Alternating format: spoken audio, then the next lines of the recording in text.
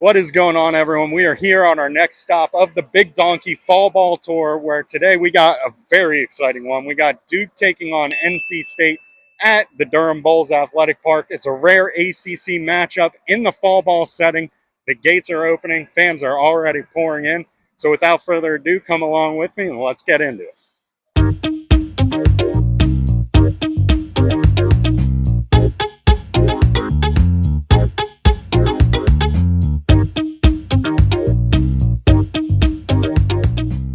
We're at the Durham Bulls Athletic Park, which is a beautiful place to take in a ball game. Great views from just about every seat. But one thing that's very interesting and why we're here is because Duke used to play a lot of their home games there. But this season they are moving back to the Jack in Coombs Field, back on Duke's campus, which I'm excited about for all the students there. And I think it's just a great move for the program. Now, one of the unique things that I love about the Durham Bulls Athletic Park is, of course, this ever recognizable bull that is right behind me. Of course, paying homage to the movie Bull Durham that was filmed not at this Durham Bulls Athletic Park, but a different field that was home to the Durham Bulls at the time. So you can't expect to see Kevin Costner out here, but it is really fun watching college players hit home runs off of this bowl and watching it go off. Now, with it being a local game for both schools, the fans were able to show out, and show out they did. The crowd at the start of the game was awesome to see, especially for a fall scrimmage. And I know it may not look like a huge crowd, but it's hard to fill out a AAA ballpark. And from talking with the team, this probably would have been a sellout at Jack Coombs Field. Now, one of the benefits of playing at a place like Durham Bulls Athletic Park is the between-inning games, which you absolutely love to see. And I had to include this because this guy just absolutely killed it. The whole place was going nuts for him. It's just one of those things about minor league baseball, especially, that you see often, and it's so much fun. So they had this little dance-off. The guy John won. And then following that, they had a hot dog race where this guy raced this hot dog, which we'll get into here. I love in-game bits more than anyone. I think they're so good for baseball. They're just so classic. That guy did not beat that hot dog. We'll play a replay here.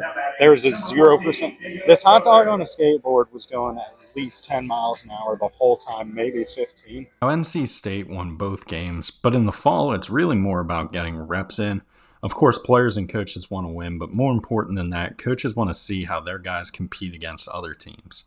Plus, it's really good for both teams to get the opportunity to play and learn about each other, especially since they're in-conference opponents. Fall games are typically more laid-back games against a local school, which for Duke just so happens to be an in-conference rival, NC State. NC State played really well on both sides of the baseball, and Duke played well too, just their pitchers struggled with command, which led to some trouble. But one thing that was really cool of NC State was they have 6 transfers, and 5 of those 6 guys were in the starting lineup, and they are Alec Makarevich from ECU, Brandon Butterworth from Western Carolina University, Josh Hogue from Santa Fe, Shane Van Dam from SUNY Cortland, and Garrett Pennington from Wichita State, who hit that home run.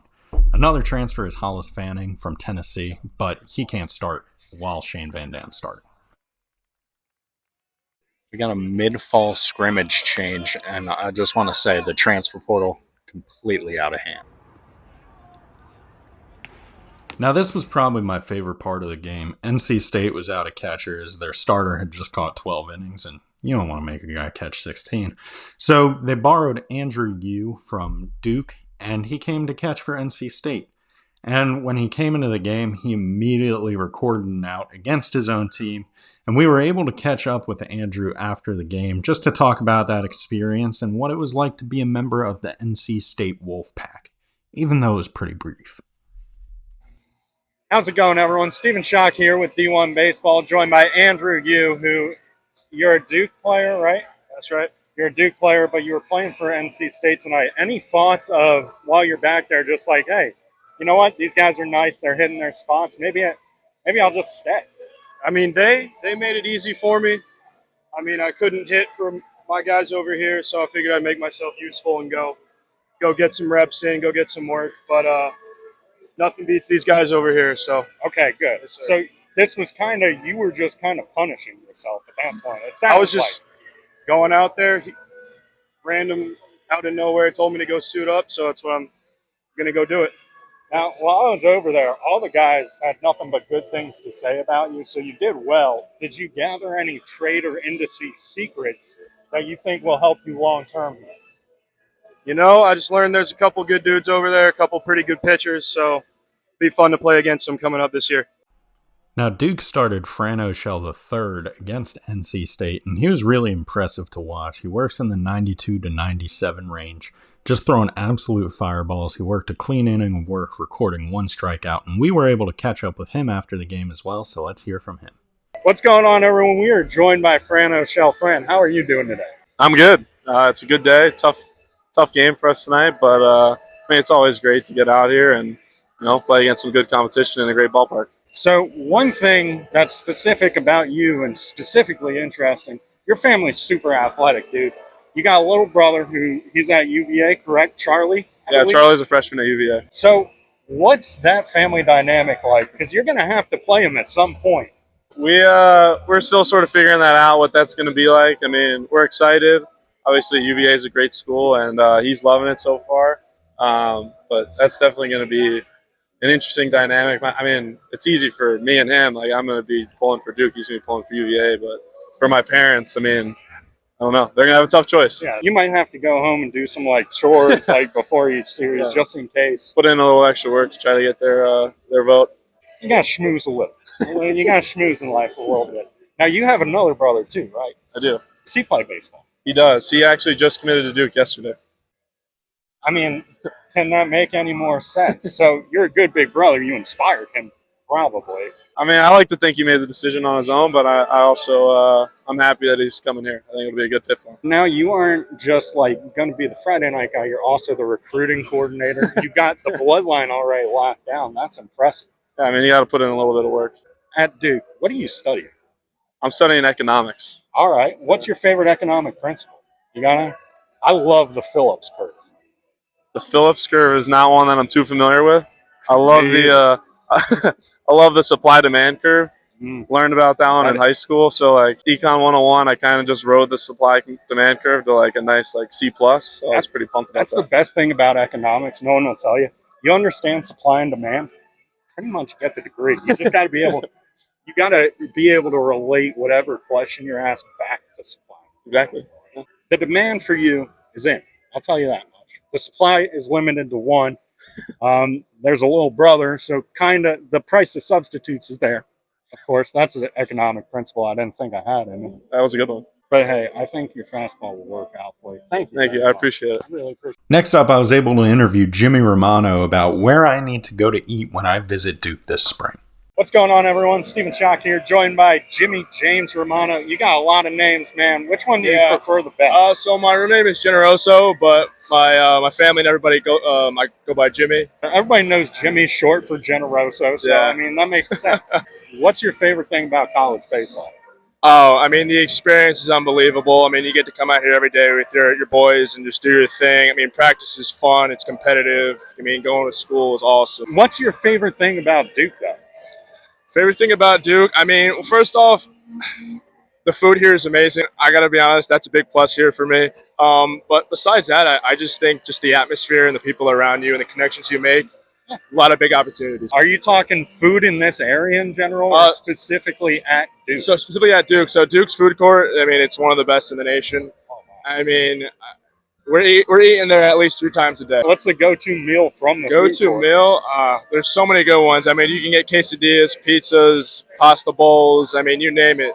Panera bread there. They got a skillet. Panera bread there, yeah. Oh, yeah. They used to have a Panda Express, not there anymore, but so many options. Why would you get rid of Panda Express? I don't know. That's a great bulking meal. Honestly, it gets you ready, gets you jacked up. The carb loading, of course. Absolutely. That fires me up that you guys are moving back to Combs Field a lot more now this season, because now I get to go to a game there and experience the cafeteria. Absolutely. A stranger just walk into a cafeteria? Yeah, absolutely. Real. Open to everybody. Wow. Yeah. All right, I'll try it. Then to wrap it all up, I was able to interview my friend and more importantly, a D1 baseball top 100 assistant coach on the rise, Ty Blankmeyer. What's going on, everyone? It's Stephen Schoch here with D1 Baseball, and I am joined by a man much, much handsomer than me, Coach Blank. Coach Blankmeyer, do you go by Coach Blankmeyer? I feel like I've only called you Coach Blank or Blank, honestly. I just go by Ty or TY or Blank. You know, nothing. No. I try not to do Coach Blank. Just Blank. That's Keep fair. it simple. I mean, You don't call him Player Stephen, right? I hope not. Washed up, Stephen, maybe. Fair. You've been involved in college baseball like your whole life, just through your grandpa coaching at Seton Hall and your dad coaching at St. John's. Did you ever think like, hey, I could go be a dentist, I could be a pediatrician, I could be something else, or was it always like, now college baseball coach is what I'm here to do? I think in kindergarten, like when you had to like fill out what you wanted to be when you grew up. Well, I wanted to play, but see my uncles and my dad and my grandfather coach, I always wanted to coach. So I'd fill the tracing, writing out, and say I want to be a college baseball coach. So you were just like, all right, yeah, you know what, maybe it'll happen, maybe not, but the dream, of course, pro ball. If not, college. College baseball is where it's at. You know, we have to deal with a little adversity with the blower over here, but yeah, college baseball is where it's at. It's a fun product, and kids are at a great point of their life to play the game they love with kids they grow up with and go to college with and create a lot of memories with. Do you think they're messing with us right now, or like? It's got to be something. It's got to be intentional. There is some inconvenience here. I mean, that's 20 field. On the 20/80 scale, that is 20 field. You are wrong. So before you came to Duke, you were at Wake Forest. What is one thing you would say you learned while you were at Wake Forest that has helped you in your coaching career with where you're at now? That's a good question. Well, I was fortunate to be around some good coaches over there, but I thought the one thing I learned is, you know, just how important the relationships are with the players. Like, you know, getting to know the player and helping them through good days, bad days, and being there for them. I thought it's the biggest thing I learned, just because that's where I started my coaching journey too. So having good relationships with the players and knowing them, knowing what they're all about, and just showing them that you care. I think that's the biggest thing I learned. I think, honestly, you couldn't have learned anything better. There's nothing you want more as a player than a coach who, like, actually cares about you, is actually going to check in with you after you graduate. That's cool stuff. 100%. And in the vein of getting to know the players, who should we, the fans, know on this Duke baseball team? I mean, where do you start? You got Fran Oschell. You got Jimmy Romano.